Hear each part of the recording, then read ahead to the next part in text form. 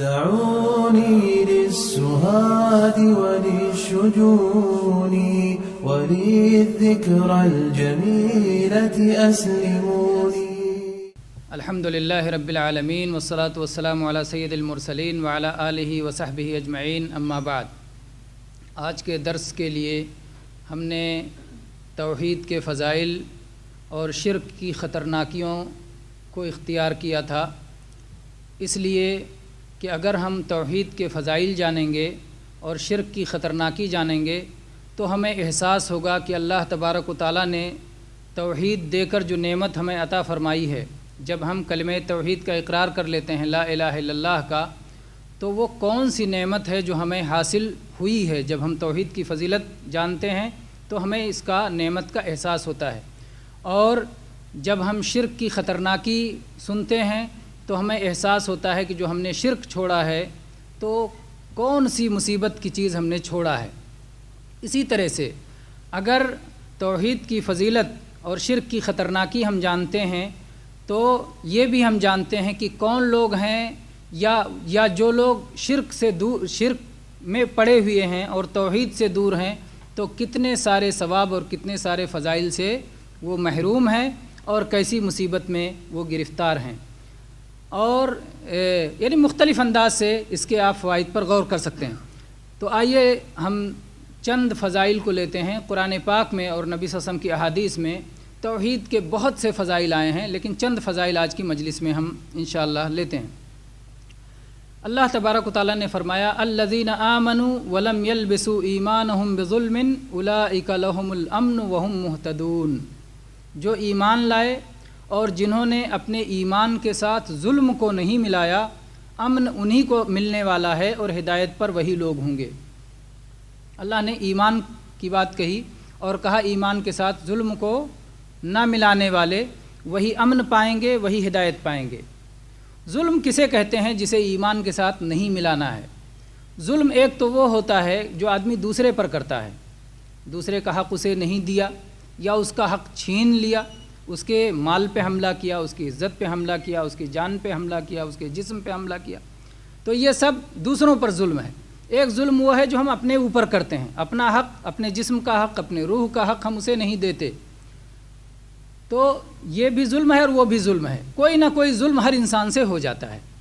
یہ آیت اتری تو صحابہ کرام نبی کریم صلی اللہ علیہ وسلم کے پاس پہنچے، انہوں نے کہا اینا لم یظلم نفسہ یا رسول اللہ، اے اللہ کے رسول صلی اللہ علیہ وسلم، ہم میں سے کون ہے جو اپنے آپ پر کچھ نہ کچھ ظلم کر ہی لیتا ہے؟ تو اگر ظلم کے بغیر، اگر ہمارا ایمان ظلم سے خالی نہیں تو ہمیں امن اور ہدایت ملنے والا نہیں ہے، تب تو ہم بڑی مصیبت میں رہیں گے.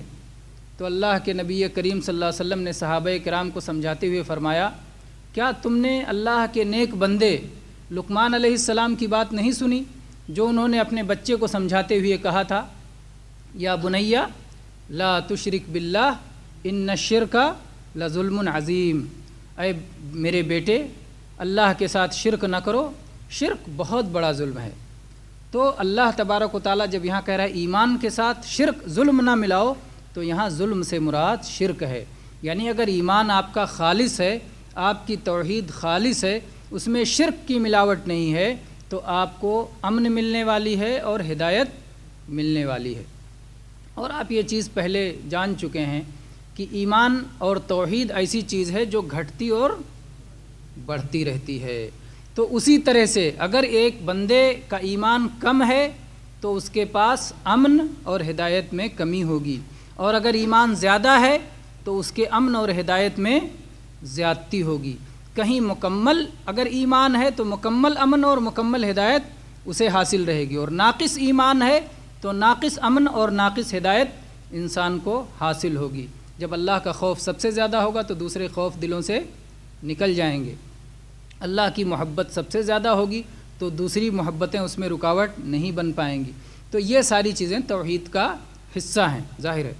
تو یہ بہت بڑی نعمت ہے کہ اگر ہمارے پاس توحید ہے تو ہماری توحید کے مطابق، ہمارے ایمان کے مطابق ہمیں امن ملنے والا ہے اور ہمیں ہدایت ملنے والی ہے. امن کا الٹا کیا ہے؟ خوف. اور ہدایت کا الٹا کیا ہے؟ ضلالت. یعنی اگر توحید نہ ہو تو امن خوف سے بدل جائے گا، جس کے ہاں توحید میں جتنے کمی ہوگی اسی طرح سے اس کے خوف میں زیادتی ہوگی، اور جتنا زیادہ توحید زیادہ ہوگا، ایمان پکا ہوگا، اسی قدر اس کے خوف میں کمی ہوگی۔ تو اگر ہم امن چاہتے ہیں اور خوف سے بچنا چاہتے ہیں تو ہمیں اللہ کی توحید کو پوری طرح اختیار کرنا چاہیے۔ اور اسی طرح سے ہدایت کا الٹا ہے ضلالت اور گمراہی۔ ہدایت مطلب راستے پہ ہونا، اور ضلالت مطلب راستے سے بھٹک جانا، گمراہ ہو جانا، راستے کو چھوڑ دینا۔ تو جتنا ہم توحید پہ رہیں گے ہم راستے پر رہیں گے، حق پر رہیں گے، ضلالت سے بچے ہوئے رہیں گے، اور توحید سے جس قدر ہٹتے جائیں گے اس قدر ضلالت میں، گمراہی میں، بھٹکنے میں پڑتے جائیں گے۔ تو توحید یہ بنیاد ہے، بنیاد کو درست کرتا ہے، اساس کو درست کرتا ہے۔ تو اس لیے لا الہ الا اللہ یہ امن اور ہدایت کا بہت بڑا ذریعہ اور سبب ہے۔ دوسری چیز، دوسری فضیلت ہمیں لیتے ہیں توحید کی، کہ توحید یہ جنت میں داخلے کا ذریعہ ہے۔ اللہ کے نبی کریم صلی اللہ علیہ وسلم کی حدیث جو صحیح بخاری اور صحیح مسلم میں عبادہ ابن صامت رضی اللہ عنہ سے مروی ہے، من شہد اللہ الہ الا اللہ وحدہ لا شریک لہ وان محمدا عبدہ ورسولہ وکلمتہ القاها الی مریم وروح منہ والجنۃ حق والنار حق ادخلہ اللہ الجنۃ علی ما کان من العمل۔ اللہ کے نبی صلی اللہ علیہ وسلم نے فرمایا کہ جو بندہ اس بات کی گواہی دے کہ اللہ کے سوا کوئی عبادت کے لائق نہیں ہے، اللہ یکتا ہے، اس کا کوئی شریک نہیں ہے، اور محمد صلی اللہ علیہ وسلم اللہ کے بندے ہیں اور اللہ کے رسول ہیں، اور اس بات کی گواہی دے کہ عیسیٰ علیہ السلام اللہ کے بندے اور اللہ کے رسول ہیں، اور اللہ کا کلمہ ہے جسے اللہ تعالیٰ نے اپنی بندی مریم علیہ السلام کی طرف القاء کیا تھا، اور اللہ کی روح ہیں، اور اس بات پر بھی ایمان لائے کہ جنت برحق ہے، جہنم برحق ہے۔ ایسے شخص کو اللہ تبارک و تعالیٰ جنت میں داخل کرے گا جیسا بھی عمل ہو۔ کتنی باتیں ماننا ہے؟ اللہ کے سوا کوئی عبادت کے لائق نہیں، اللہ اکیلا ہے، اس کا کوئی شریک نہیں۔ دوسری چیز، محمد صلی اللہ علیہ وسلم اللہ کے بندے، اللہ کے رسول ہیں۔ کچھ لوگ پہلے میں گڑبڑ کرتے ہیں، اللہ کی توحید درست نہیں۔ کچھ لوگ نبی صلی اللہ علیہ وسلم پر صحیح ایمان نہیں لاتے، آپ کو بندہ کے بجائے یا جو ہے آپ کی بندگی نہیں تسلیم کرتے، یا آپ کو رسول نہیں تسلیم کرتے۔ پھر عیسیٰ علیہ السلام اللہ کے بندے اور اللہ کے رسول ہیں۔ کچھ لوگ ہیں جو عیسیٰ علیہ السلام کو اللہ کا بیٹا یا اللہ کے برابر یا تین کا تیسرا وغیرہ تسلیم کرتے ہیں۔ پھر اللہ کا کلمہ ہے اور اللہ کی روح ہیں۔ کچھ ہیں جو آپ کی رسالت کا انکار کرتے ہیں، آپ کے بندے ہونے کا انکار کرتے ہیں، کوئی آپ کی رسالت کا انکار کرتا ہے، اور کوئی آپ کے اللہ کا کلمہ اور روح ہونے کا انکار کرتا ہے، جیسے یہود ہیں۔ اور جنت برحق ہے، جہنم برحق ہے۔ کچھ لوگ دنیا کی یہ ساری چیزیں تو مان لیتے ہیں لیکن آخرت پر ایمان ان کا صحیح نہیں ہوتا۔ تو یہ ساری چیزیں اگر ہو جائیں گی، جس میں سے سب سے پہلی چیز کیا ہے؟ توحید ہے۔ من شہد اللہ الہ الا اللہ، سب سے پہلی چیز توحید ہے۔ جو شخص اس کو مان لے گا ادخلہ اللہ الجنۃ علی ما کان من العمل، جیسا بھی عمل ہو اللہ اسے جنت میں داخل کرے گا۔ عربی کا جو جملہ ہے اس کا دو معنی بنتا ہے۔ ایک معنی تو یہ بنتا ہے کہ جیسا عمل ہوگا اس کے مطابق اللہ جنت میں داخل کرے گا، اور دوسرا معنی یہ ہوتا ہے کہ جیسا بھی عمل ہو اللہ اسے جنت میں داخل کرے گا، اور دونوں معنی صحیح ہے، دونوں معنی صحیح ہے۔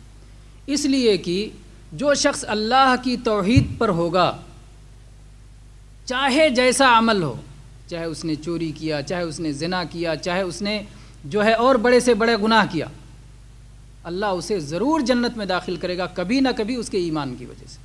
وہ جہنم میں جائے گا، اپنے گناہوں کی سزا بھگتے گا، ایک دن اپنے ایمان کی وجہ سے جنت میں نکل کے آئے گا۔ جیسا کہ ایک بار ابو ذر رضی اللہ عنہ کے سامنے نبی کریم صلی اللہ علیہ وسلم نے فرمایا کہ جو شخص لا الہ الا اللہ کہے اور بھلے وہ چوری کرے، بھلے وہ زنا کرے، بھلے وہ شراب پیے، وہ جنت میں جائے گا، اللہ اسے جنت میں داخل کرے گا۔ ابو ذر رضی اللہ عنہ کو بہت حیرانی ہوئی، بڑا تعجب ہوا، اور انہوں نے کہا وَإِن زَنَا وَإِن سَرَقَ، اگرچہ زنا کرے، اگرچہ چوری کرے، پھر بھی جنت میں جائے گا۔ اللہ کے نبی صلی اللہ علیہ وسلم نے فرمایا وَإِن زَنَا وَإِن سَرَقَ، اگرچہ زنا کرے، اگرچہ چوری کرے۔ دو بار انہوں نے دہرایا، پھر اللہ کے نبی نے پھر انہوں نے تیسری بار دہرایا تو اللہ کے نبی صلی اللہ علیہ وسلم نے فرمایا وَإِن زَنَا وَإِن سَرَقَ وَإِن رَغِمَ أَنْفُ أَبِي ذَرٍ، کہ کہ اگرچہ وہ زنا کرے، اگرچہ وہ چوری کرے، اگرچہ ابو ذر کی ناک مٹی میں مل جائے، پھر بھی لا الہ الا اللہ کہنے والا اور لا الہ الا اللہ کا عقیدہ رکھنے والا جنت میں جائے گا۔ تو لا الہ الا اللہ کو اختیار کرنا، اسے قبول کرنا، یہ جنت میں لے جانے کا ذریعہ ہے۔ آپ جانتے ہیں ان احادیث کو آپ نے پڑھا ہوگا کہ نبی کریم صلی اللہ علیہ وسلم جب آپ نے آخرت کا منظر بیان کیا کہ لوگ جہنم میں، جن کو جانا ہوگا جہنم میں چلے جائیں گے، جنت والے جنت میں چلے جائیں گے، اس کے بعد اللہ تبارک و تعالیٰ سب کو سفارش کا حق دے گا۔ صالحین کو کہے گا جاؤ سفارش کر لو، شہیدوں کو کہے گا جاؤ سفارش کر لو، نبیوں کو کہے گا جاؤ سفارش کر کے جہنم سے نکال لو، محمد الرسول اللہ صلی اللہ علیہ وسلم کو کہا جائے گا کہ آپ نکال لیجئے۔ جب سب نکال چکیں گے تو اللہ تعالیٰ کہے گا کہ اب میں نکالوں گا۔ سب کہیں گے اللہ کوئی نہیں بچا، اللہ تعالیٰ کہے گا میں جانتا ہوں کون اس میں سے اور ہے جس کو میں نکال سکتا ہوں۔ تو اللہ تبارک و تعالیٰ اپنی توحید والے بندے کو جہنم میں نہیں چھوڑے گا، وہ ضرور اسے جنت میں داخل کرے گا۔ تو یہ معنی بھی درست ہے۔ دوسرا معنی میں نے کہا کہ اس حدیث کا یہ بنتا ہے کہ جیسا عمل ہوگا اس کے مطابق جنت میں جائے گا۔ آپ جانتے ہیں کہ جنت کے درجات ہیں، جہنم کے درکات ہیں، پستیاں ہیں، گہرائیاں ہیں، اور جنت میں بلندیاں ہیں۔ تو جس اعتبار سے انسان کا عمل ہوگا، اگر کم عمل ہے تو جنت کے چھوٹے درجے ملیں گے، اگر اچھا عمل ہے، بہتر عمل ہے تو اس طرح سے جنت کے بلند درجے ملیں گے۔ تو بہرحال کہنا یہ ہے کہ توحید یہ جنت میں داخل ہونے کا ذریعہ ہے۔ اسی طرح سے میرے بھائیوں، توحید یہ جہنم میں جانے سے رکاوٹ ہے۔ اگر توحید مکمل ہے، کہیں کمی نہیں، تو جہنم میں جانے سے پوری طرح رکاوٹ ہے، بندہ ایک سیکنڈ کے لیے بھی جہنم میں نہیں جائے گا، اس لیے کہ توحید میں مکمل ہے۔ اگر توحید میں کمی ہے تو ہمیشہ ہمیش رہنے سے توحید رکاوٹ رہے گی، جہنم میں ہمیشہ ہمیش نہیں رہے گا، کیونکہ اس کے پاس توحید ہے، ایک نہ ایک دن جہنم سے نکل کے آئے گا۔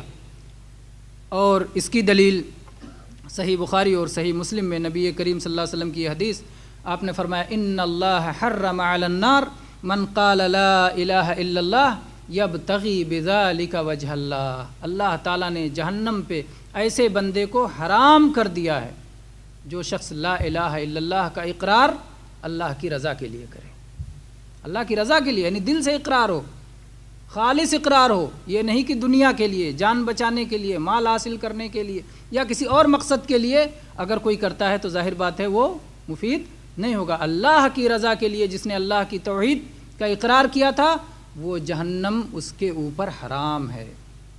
اسی طرح سے توحید کے فوائد میں سے یہ ہے کہ اگر بندہ توحید والا ہے تو سارے گناہ اللہ تبارک و تعالیٰ معاف کرنے کے لیے تیار ہے، جیسا کہ سنن ترمذی کی حدیث ہے، حدیث قدسی کہتے ہیں کہ نبی صلی اللہ علیہ وسلم بیان کریں کہ اللہ تعالیٰ نے فرمایا، نبی صلی اللہ علیہ وسلم کہتے ہیں کہ اللہ تعالیٰ نے فرمایا یا ابن آدم لو اتیتنی بقراب الارض خطایا لاتیتک بقرابها مغفرہ ثم لقیتنی لا تشرک بی شیئا لاتیتک بقرابها مغفرہ، کہ اے آدم کے بیٹے، اگر تو میرے پاس اس حال میں آتا ہے کہ زمین تیرے گناہوں سے بھری ہوئی ہے، زمین بھر کے گناہ لے کے آتا ہے اور مجھ سے ملاقات اس حالت میں کرتا ہے کہ تو میرے ساتھ شرک نہیں کرتا، تو میں زمین بھر کے مغفرت تیرے لیے لے کے آؤں گا، زمین بھر کے بخشش تیرے لیے لے کے آؤں گا۔ تو اللہ کی مغفرت کا وعدہ کس سے ہے؟ جو اللہ کی توحید میں کمی نہ کرتا ہو، کیونکہ شرک میرے بھائی اللہ کے ساتھ بغاوت ہے، اللہ کے ساتھ دوسرے کو برابر کرنا ہے، اللہ کا جو حق ہونا چاہیے وہ دوسرے کو دینا ہے۔ یہ چیز کوئی بھی، یعنی دنیا کے معاملات میں آپ دیکھ لیں، جو مالک ہوگا، جو بادشاہ ہوگا، جو حاکم ہوگا، وہ اپنی برابری نہیں برداشت کرتا ہے، باقی ساری چیزیں وہ برداشت کر لیتا ہے، لیکن یہ برداشت تو اللہ تو بادشاہوں کا بادشاہ ہے۔ قل اللہم مالک الملک تؤتی الملک من تشاء وتنزع الملک ممن تشاء وتعز من تشاء وتذل من تشاء بیدک الخیر۔ تو اللہ تعالیٰ کو شرک بالکل برداشت نہیں، اور توحید اگر ہو بندے کے پاس تو سارے گناہ بقیہ شرک کے علاوہ سب کچھ اللہ معاف کرنے کے لیے تیار ہے۔ اسی طرح سے میرے بھائیوں، توحید کی ایک اور فضیلت لے کر کے اکتفا کرتے ہیں آج کے درس کے لیے۔ توحید جس کے پاس ہوگی، نبی کریم صلی اللہ علیہ وسلم کی سفارش بھی اسے حاصل ہوگی۔ ایک بار ابو ہریرہ رضی اللہ عنہ نے نبی کریم صلی اللہ علیہ وسلم سے سوال کیا، من اسعد الناس بشفاعتک یا رسول اللہ، اے اللہ کے نبی صلی اللہ علیہ وسلم آپ کی شفاعت کا قیامت کے دن کون حقدار ہوگا، خوش نصیب ہوگا جو آپ کی شفاعت پا سکے؟ تو آپ نے کہا من قال لا الہ الا اللہ خالصا من قلبہ، جس نے لا الہ الا اللہ کا اقرار دل کے اخلاص کے ساتھ کیا ہوگا وہ میری شفاعت پانے کا سب سے زیادہ خوش نصیب حقدار ہوگا۔ یہ صحیح بخاری کی حدیث ہے۔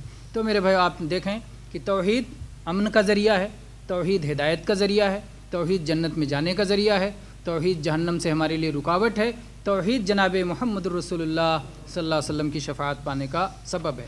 اس کے مقابلے ہم دیکھتے ہیں شرک کی خطرناکیوں کو۔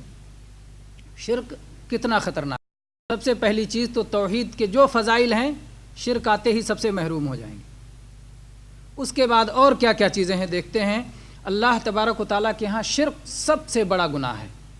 جب شرک کی فہرست، گناہوں کی فہرست جب تیار ہوگی، گناہوں کی لسٹ میں سب سے اوپر شرک ہے۔ اللہ تبارک و تعالیٰ نے اس کو ناقابل معافی کر دیا ہے۔ اگر کوئی توبہ کے بغیر مر گیا شرک پر تو اس کی معافی ہونے والی نہیں ہے۔